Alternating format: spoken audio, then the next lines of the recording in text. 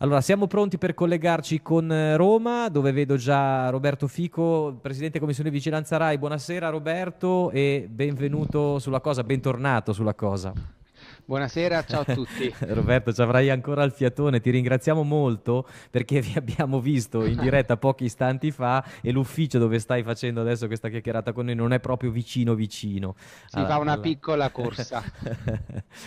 Allora, grazie mille, ripeto, di essere qui con noi. Due giornate storiche, oserei dire, soprattutto perché si è finalmente riusciti a portare il problema della Terra dei Fuochi in Parlamento dopo tantissimi anni, e lo dico perché appunto essendo tu campano ovviamente sei toccato da vicino come tanti cittadini che ancora là subiscono questo problema, ma dall'altra parte Certo. c'è anche il problema dell'informazione, evidentemente. Perché? Perché di questo problema molte persone, non quelle che vivono in quelle zone, probabilmente fino a questo giorno poco sapevano o comunque forse ne avevano sentito parlare ma non erano così profondamente coinvolte. E invece, ovviamente, grazie al Movimento 5 Stelle che ha desecretato prima questa audizione di Schiavone e poi ha portato nell'aula una serie di mozioni per la bonifica, evidentemente è scoppiato anche mediaticamente nelle mani dei partiti, ovvero PD e PDL, questo problema.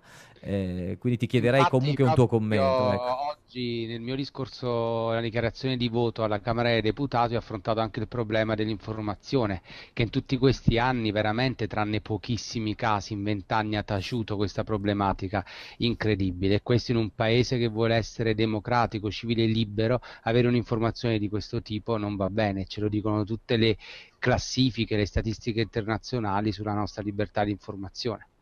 Abbiamo avuto proprio la percezione che nel resto dell'Italia, sì, forse si sapesse insomma, che laggiù in qualche zona, magari qualche camorrista, ma qualche episodio isolato avesse fatto e prodotto degli sversamenti, qualche fuoco, qualche rogo, ma che questa situazione fosse endemica. Io oggi, come battuta su Reset Radio, insomma, ho messo questa fotografia delle armi di distruzione di massa dicendo finalmente abbiamo trovato le armi di distruzione di massa che cercava Bush e l'America e sono nella terra dei fuochi, perché laggiù la situazione è assolutamente incredibile.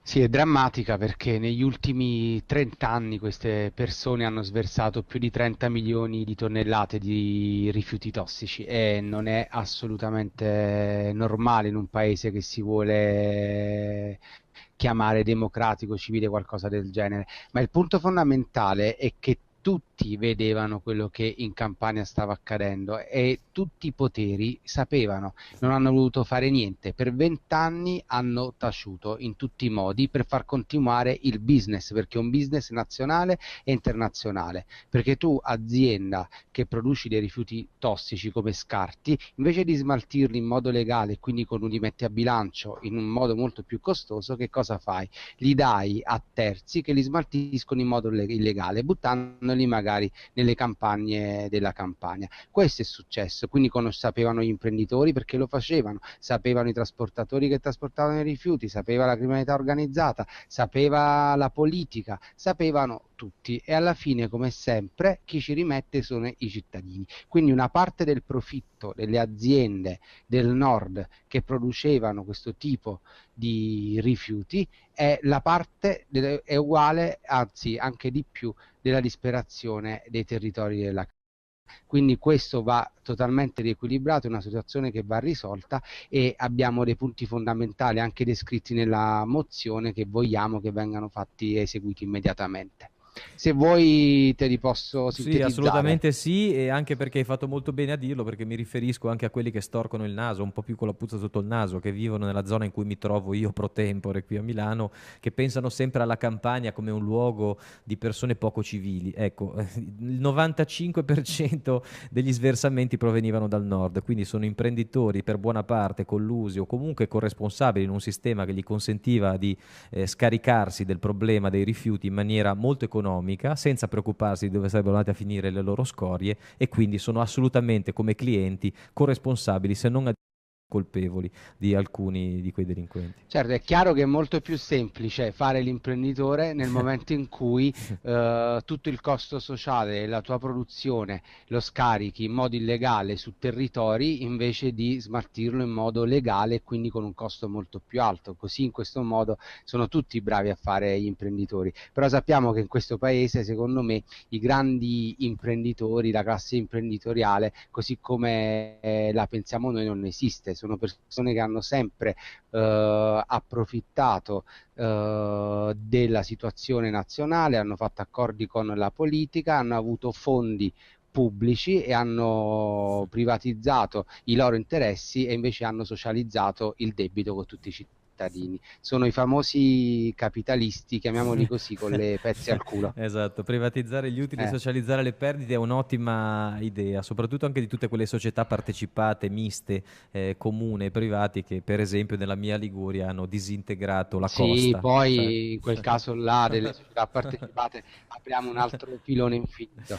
Comunque la cosa da fare, le cose importanti da fare in Campania ora, subito, sono immediatamente, ma proprio subito far smettere, interrompere la pratica dei roghi tossici, Subito. immediatamente. Oggi noi sappiamo che buttano, sversano rifiuti e poi ci sono persone che incendiano questi rifiuti, creano un danno ambientale incredibile. Sarebbe molto semplice interrompere i roghi tossici, basta monitorare e voler fare una vera repressione per questo fenomeno. Sì. Facciamo repressione in tanti modi in altri settori, lo facciamo anche in questo ambientale. Sì. Poi tutta questa pratica si unisce anche ai nostri disegni di legge, per esempio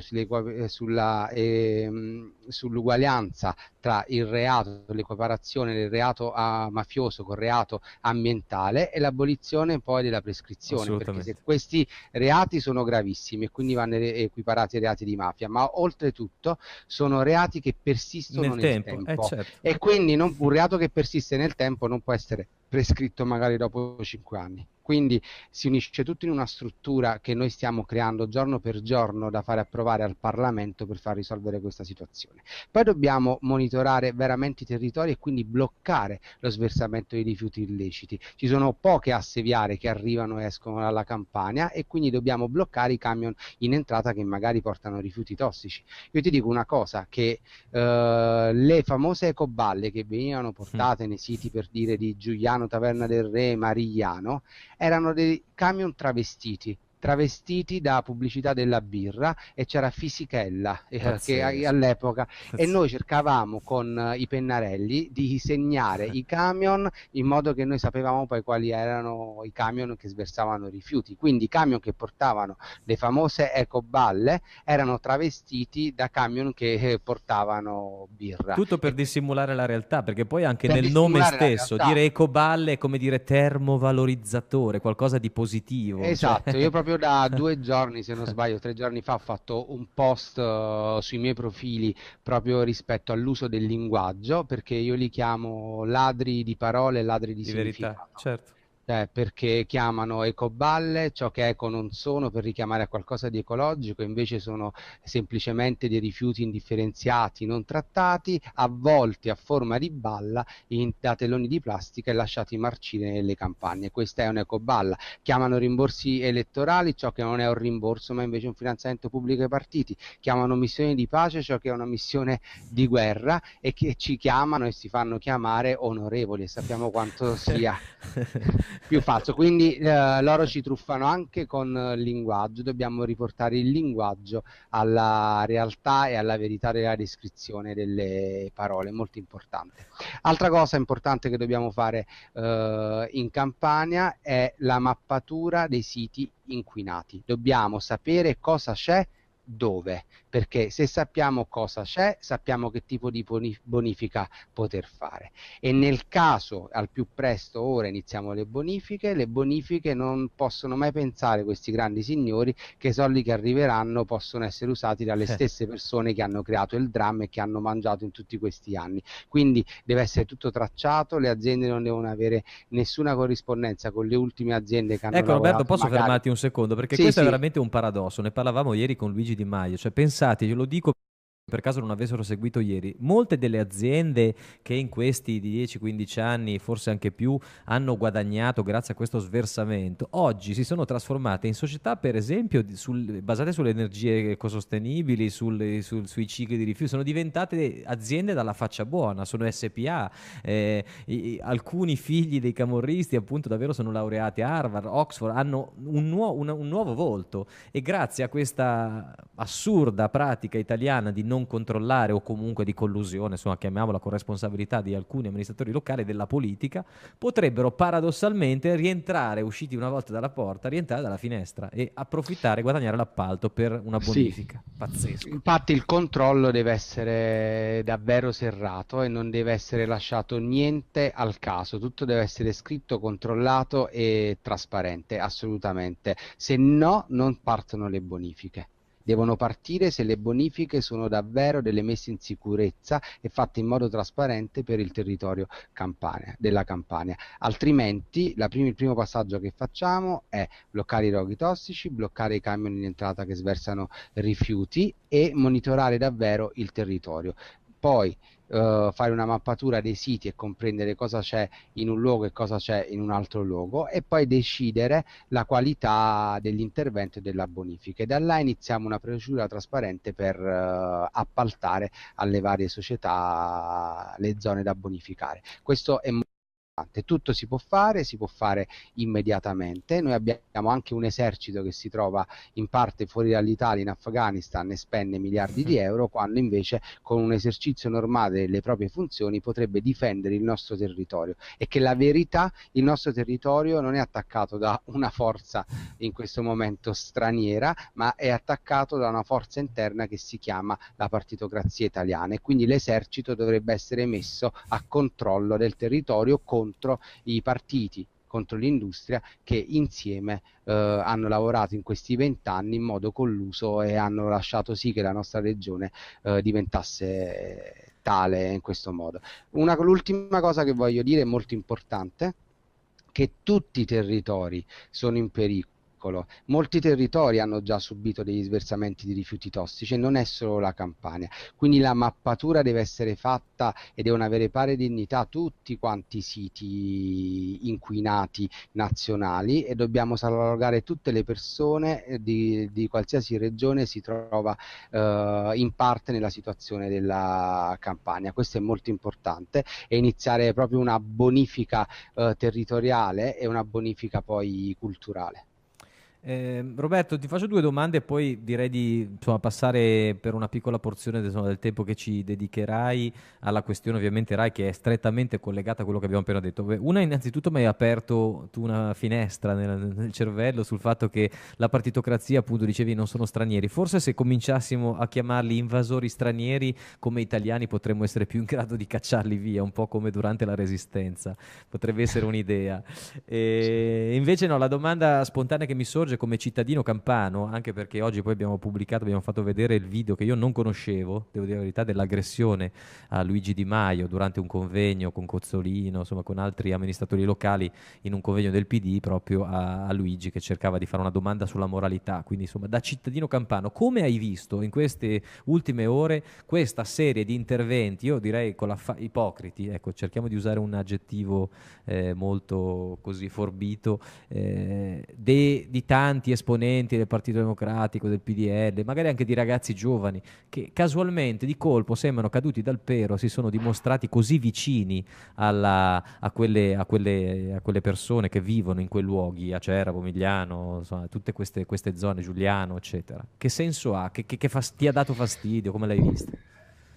Sicuramente mi ha dato molto fastidio, cioè è una vergogna, perché io conosco bene le persone che hanno perpetrato questi delitti, conosco bene le persone che parlano senza poi far seguire un'azione a quello che dicono. Allora io so benissimo che tutte le cose che stanno dicendo in questo momento, visto che sono le stesse persone che hanno causato i problemi o gli stessi apparati, sono coloro che parleranno e non vorranno risolvere niente. Oggi fanno finta di essere vicini a queste terre, vicini a queste problematiche, ma se ne sono sempre infischiati, perché non si capisce il motivo per cui adesso all'improvviso se ne accorgono. Per 16 anni hanno tenuto segretati i verbali di Schiavone, ma li conoscevano benissimo, tutti sapevano che le aziende del nord sversavano in Campania, e ci sono delle pubblicazioni del 2005, del 2004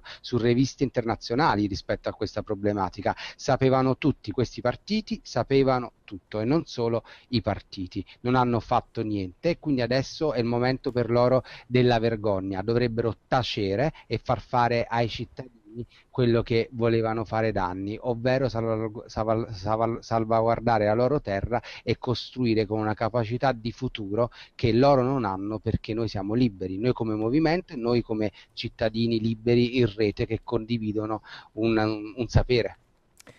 E allora inscindibile è questo argomento a cui adesso ci addentriamo per insomma, qualche minuto. Tu hai parlato prima, insomma, nella tua prima fase di questa chiacchierata, del riportare il linguaggio alla verità dei fatti, proprio perché abbiamo questa serie di venditori di fumo, di travisatori dalla realtà, insomma, di imbonitori, che anche purtroppo a mezzo TV e radio hanno in questi anni, in questi 20 anni, questo ventennio, perpetrato questa continua dissimulazione della realtà. Ruolo quindi fondamentale, sacrosanto per generare quel senso critico grazie a un'informazione corretta nel popolo è proprio il mezzo televisivo. In questi mesi insomma sei approdato a una delle più delicate commissioni che ci sono in Parlamento, ovvero quella di vigilanza RAI. Innanzitutto come ti sei trovato, qual è adesso un po' la sensazione che hai rispetto al tuo ruolo? E poi vorrei parlare proprio nel dettaglio 3 o 4 punti dei primi obiettivi che sono stati raggiunti dalla Commissione di Vigilanza RAI da te presieduta, proprio in termini di trasparenza, di riduzione dei costi e di apertura della scatoletta di tonno, perché qua è una scatoletta nella scatoletta. Sappiamo che da sempre la politica e le lobby sono dentro alla RAI, adesso tu hai il tuo microscopio privilegiato dalla posizione insomma, che presiedi. Mi piacerebbe capire un po' un piano generale di la Sì. prospettiva dal tuo punto di vista. Partendo dalla prima questione, prima domanda rispetto all'informazione, ti dico che gli amministratori pubblici e soprattutto i sindaci sono i principali responsabili della salute pubblica dei loro territori. Quando questa non viene rispettata, come nel caso della Campania, i sindaci possono essere messi davvero in stato di accusa dalla cittadinanza. Ora, quando c'è un disastro ambientale così forte, chi anche deve mantenere alta l'attenzione è l'informazione libera, e ancora di più il servizio pubblico che noi paghiamo. E quindi in questi 20 anni ha fallito anche il servizio pubblico e l'informazione del paese rispetto a queste situazioni, che doveva, ma senza dubbio, inchiodare ogni giorno, ogni ora gli amministratori pubblici alle loro responsabilità e sollevare casi talmente grandi che non potevano essere più sottaciuti. Questa è la verità, e quindi la mia analisi rispetto all'informazione, rispetto a un tema pratico, è che il servizio pubblico negli ultimi 20 anni su queste tematiche importanti ha fallito. E allora adesso noi dobbiamo ripartire dalla domanda anche, allora che cos'è il servizio pubblico? Il servizio pubblico prima di tutto deve essere un qualcosa di totalmente libero, distaccato in modo totale dal governo, in modo totale dai partiti, perché il servizio pubblico è finanziato dai cittadini e quindi deve rispondere agli interessi puri della cittadinanza. La RAI è un servizio pubblico finanziato dai cittadini per 1 miliardo e 750 milioni di euro e deve rispondere solo a loro. Questa è la chiave da cui è il principio culturale che si è perso in questi anni, e da qui anche la commissione di vigilanza sta ripartendo. Dobbiamo ristabilire questi principi di base all'interno del Parlamento e all'interno della RAI. E questo è il primo punto culturale, perché la cultura è fondamentale, che io e tutti noi stiamo cercando di trasferire. Obiettivi in questi 4 mesi sono stati raggiunti, sono stati davvero tanti. Se voi vedete, in questi mesi si è parlato molto più di RAI, molto più di trasparenza, si sono riaccesi davvero i riflettori sulla principale azienda culturale del paese che è finanziata dai cittadini, e quindi abbiamo chiesto mappature del personale con difficoltà, ma poi ci sono state date, abbiamo chiesto il numero preciso dei dipendenti a tempo determinato e indeterminato, abbiamo chiesto tutta la lista degli appalti, ne abbiamo avuti alcuni, e queste sono tutte documentazioni che in 40 anni, dal 74 al 1974, l'anno di costituzione della Commissione di Vigilanza RAI, non erano mai stati ottenuti, ma invece in pochi mesi di presidenza di presidenza del Movimento 5 Stelle queste cose vengono ottenute. Abbiamo poi reso una commissione trasparente, e la commissione più trasparente del Parlamento italiano. C'è sempre la diretta streaming, c'è sempre la diretta sul canale satellitare della Camera, c'è il resoconto stenografico scaricabile dal sito della vigilanza da tutti i cittadini, e c'è un circuito chiuso dove noi mandiamo la diretta, dove tutti quanti gli organi di stampa possono seguire le audizioni fatte in commissione. E quindi questa, possiamo dire che oggi la commissione trasparente del Parlamento, ed è per questo che, diventando credibili sulla trasparenza, possiamo chiedere piena trasparenza alla RAI, e per la prima volta nella storia anche della vigilanza RAI sono usciti tutti quanti gli stipendi a fasce dei dirigenti e dirigenti amministrativi. Insomma, stiamo facendo una pressione sulla RAI nel senso positivo del termine, per far sì che la RAI migliori nelle sue qualità vere di servizio pubblico e nel rispetto totale del contratto di servizio, che noi in questo momento stiamo anche rianalizzando, e dobbiamo dare un parere favorevole affinché sia licenziato il nuovo contratto di servizio. E quindi la riflessione che noi stiamo facendo fare al Parlamento, la riflessione che stiamo facendo fare alla RAI, la quantità di documentazione che stiamo assumendo e che è pubblica, stiamo riunendo i pezzi di un puzzle e stiamo facendo una pressione buona affinché la RAI si liberi dalla partitocrazia, si liberi dalla lottizzazione, e che risponda nuovamente agli interessi dei cittadini tutti. E per fare questo deve essere un'azienda totalmente trasparente, non ci devono essere nessun tipo di segreti, e questo è anche per valorizzare tutte le risorse interne che molto spesso non vengono valorizzate. E che cosa succede? Che abbiamo una spesa totale di 3 miliardi di euro, e 1 miliardo e 4 viene dato in appalti esterni con 13.000 dipendenti. Allora noi vogliamo ridurre in tutti i modi gli appalti esterni sempre di più e far crescere la produttività interna, visto, e ancora di più questa tesi va a mio favore, che la RAI ha chiuso il 2012 con 250 milioni di di bilancio, di deficit Passivo di di bilancio, gestione, sì. e nel 2013 probabilmente chiuderà intorno ai 550 milioni di euro. Ah, quasi il Quindi doppio? Quasi il quasi, doppio. Ma quasi il doppio. Allora è chiaro che la prima cosa che tu fai è rendi trasparente l'azienda, gli appalti esterni scendono, quindi la spesa all'esterno scende, e devi aumentare con la stessa spesa la produttività dei lavoratori interni per riequilibrare il sistema, in modo che questo diventi un'azienda con una gestione ottima e che risponda agli interessi del paese. E quindi anche l'informazione man mano va riequilibrata, ma non va riequilibrata per dare spazio di più solo al movimento, poi un po' al PD, al PDL. Va riequilibrata sulle tematiche importanti che anche i cittadini valutano importanti, e non solo una classe dirigenziale dei partiti. E quindi devono essere analizzate le tematiche dei territori, le tematiche dei comitati, le tematiche internazionali che possono avere una buona ricaduta sulla nostra nazione. Dobbiamo raccontare veramente che cosa succede in Europa, che cos'è l'Europa. C'è un lavoro giornalistico da fare meraviglioso, che informa i cittadini e democratizza davvero il paese. E quindi noi in questo riequilibrio stiamo andando, ed in questa forma si deve spingere affinché l'informazione nel paese diventi altro. E quindi ti dico che dobbiamo diventare altro, e noi come movimento dobbiamo guardare oltre.